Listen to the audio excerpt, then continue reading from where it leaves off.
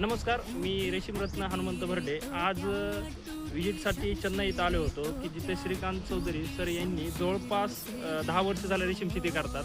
बरेच जण लोक म्हणतात की रेशीम शेती परवडत नाही. तर अशा शेतकऱ्यांना एक प्रेरणादायक शेतकरी जर बघायचे असतील तर आपण चेन्नई इथे आहेत की ज्याने जवळपास 10 वर्ष झालं रेशीम शेती करतात. वर्षाकाठी 8 ते 9 बॅचेस घेतात आणि 8 ते 9 बॅचेसमध्ये प्रत्येक क्रॉप त्यांचा 80च्या ह्या ॲव्हरेजने निघतो. जवळपास 250च्या जवळपास अंडीपुंज घेतात आणि जवळपास लाखाच्या जवळपास आत्तापासून त्यांचं या वर्षाचं उत्पन्न बघायला गेलं तर जवळपास 5 लाख रुपये निघाले 2 एकरमधून. तर दुसरी कोणती शेती की तुम्हाला 5 लाख रुपये देऊ शकत नाही की सध्या. तर असंच त्यांचं नियोजन कशा प्रकारे की एका वर्षामध्ये ते 8 ते 9 लॉट घेतात आणि यंदा त्याने कशा प्रकारे जवळपास 5 लाख रुपयाचं उत्पन्न 2 एकरमधून काढले.